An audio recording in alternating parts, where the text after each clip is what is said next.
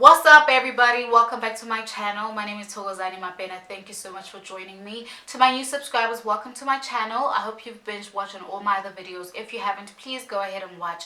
Interact with me and let me know what you think. If you're watching this, it's your first time on my channel, please go ahead and click on the subscribe button and join me and my lovely assistant here alongside my other big growing family on YouTube. So today's video is absolutely based on a thought I had yesterday. Like, it was literally a recurring thought yesterday the entire day, and it was just about what life was like before social media. I have a strong love and hate relationship with social media. For one, there's a big part of social media that is absolutely positive. Okay, we have had a lot of things happen in social media. People have started making money off of social media and creative content, and what do you call content creation. People have started making money because of that. People have started being able to advertise their businesses on social media because of that platform being open to them.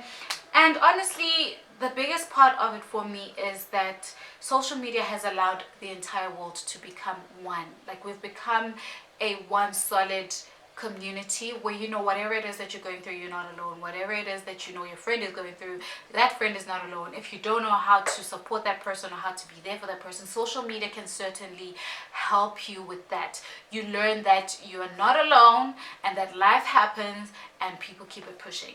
And then there's the negative part of social media. I know people will always tell you, no, if you don't like someone, then follow them. If you don't like them, and that is true. I'm that girl. Like, for the longest time, I only followed about 150 people on social media, and I was very, very strict about who I was following. Not because I hated other people or I had anything against other people, but because I wanted to make sure that I was okay and that I was strong enough to know that I don't have to internalize everything I see on social media. When I was at a point where I felt like, oh my gosh, I'm so behind with my life. I'm not moving at par. I'm not moving alongside with my peers.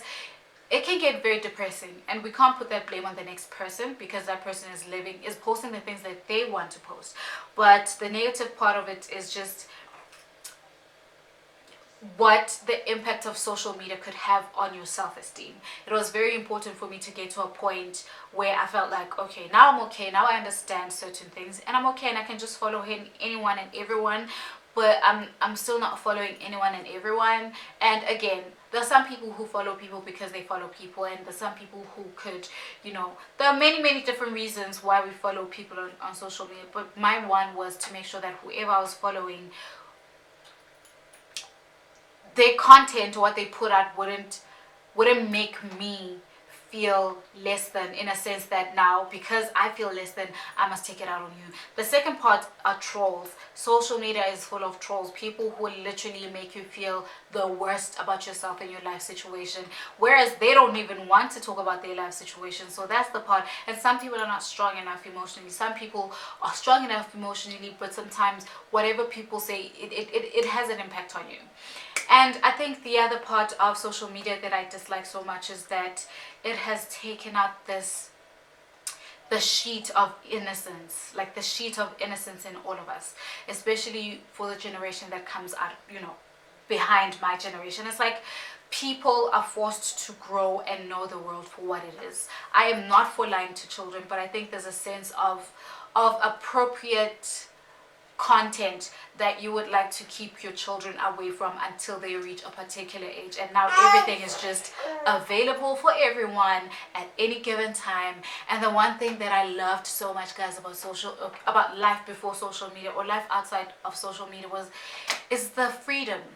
I think before social media, people had the freedom to be themselves, to dream, to feel, to do things at their own pace, to feel like they could achieve 1, 2, 3 without having to feel like, oh, I need to watch what I do, I need to watch what I say. Obviously, if you're offending people, it's gonna come out. If you're a hateful person, it's going to come out.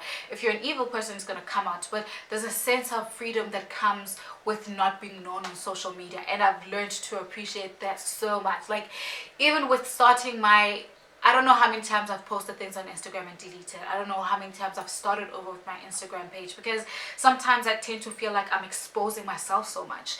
Even with my channel on YouTube, like, a part of me absolutely love the fact that I can create content and I have like 50 people that watch. As long as I've impacted those people, I become okay. And then the other side, I'm like, oh shit, I need to make money. Like, I don't have money, I don't have an income, you know, stream. Like, I'm trying to make money. So again, with making money, that comes with the exposure, and sometimes that comes with the pressures of social media, and that's the part that I'm dreading so much. And I'm thinking, God hears my heart, and God knows what I'm feeling like.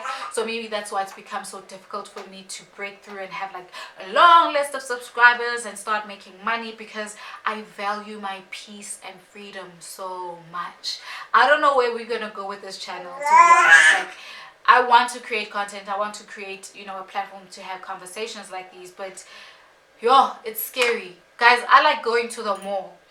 I like the freedom of being able to do whatever it is I want to do at my free will, at my own time, without having to feel like I need to impress the next person. I go to the mall all the time without makeup. Matter of fact, most of the time you see me wearing makeup on this, you know, on my channel. In person, 95% you will find me without makeup. I don't always like dress up to kill. I think I dress up decently. And sometimes when you're well known on social media, it's like, oh, look at her. You know, I thought she'd be dressed up, you know, way better than this. And it's like, Jesus, girl, I just want to be a person. I like that. I like going to the mall and walking around with my family without feeling like we need to hide our faces. I enjoy the freedom. So certainly, you know, social media has had some positive and negativity that comes with it. I think it's very important, again, to work on yourself, to work on your mental state, your emotional state, and learn, you know, what triggers you, what makes you feel a certain way, and also curate your Instagram or your Twitter around those things. But Twitter is not for the faint at heart. Twitter is rough. Twitter is very rough. I went back to Twitter. I took a long break from Twitter, maybe like 6 years, and every year I'd go back for like a month. I'm like, I don't belong here. But I recently went back on Twitter because I wanted to grow my channel. But now I'm thinking, yo, I'm not made for Twitter. Twitter is hard, because sometimes people tend to feel like whatever is said online does not impact the person offline, and it's just like, Twitter is full of bullies, Twitter is full of trolls, Twitter is full of people on Twitter. Just, I don't know.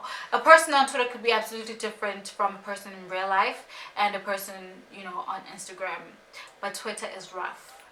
If you have a Twitter's rough, I wouldn't advise you to go there. But anyway, I love Twitter as well, because that's where we learn a lot of things. And recently we had, you know, a couple trained in South Africa where a man proposed to his lady at a KFC franchise, and one Twitter troll was trying to troll them, and the entire country just turned it over, and it became one spectacular thing. People started donating funds for their wedding. People were donating products, people were donating services. So that's the part of Twitter that I love, where we uplift each other more than tear each other down.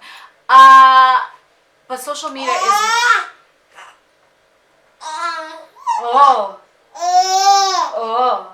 but again, I think with everything, as with everything, your social media and your timeline is what you make it to be. Your timeline on social media is what you make it out to be. So if you want to follow people that you want to follow, and the things that you want to see, but most of all, make sure it's like positive things. And if you're not that person and you just want to follow people to keep tabs, work on your heart, man. Work on your heart. Anyway, I hope I've said what I wanted to say. I'm gonna sit down and try to edit this video and see if it's worth posting. If not, then I've just wasted some hours. I've literally just wasted some hours, because we're rough. Thank you for watching. I hope you subscribe and you join my little family, and we grow, and you help me start making money, because oh, it's rough. Again, in all seriousness, thank you for watching. I hope you guys enjoyed the video. Join me next time. Yeah, keep well. Bye bye.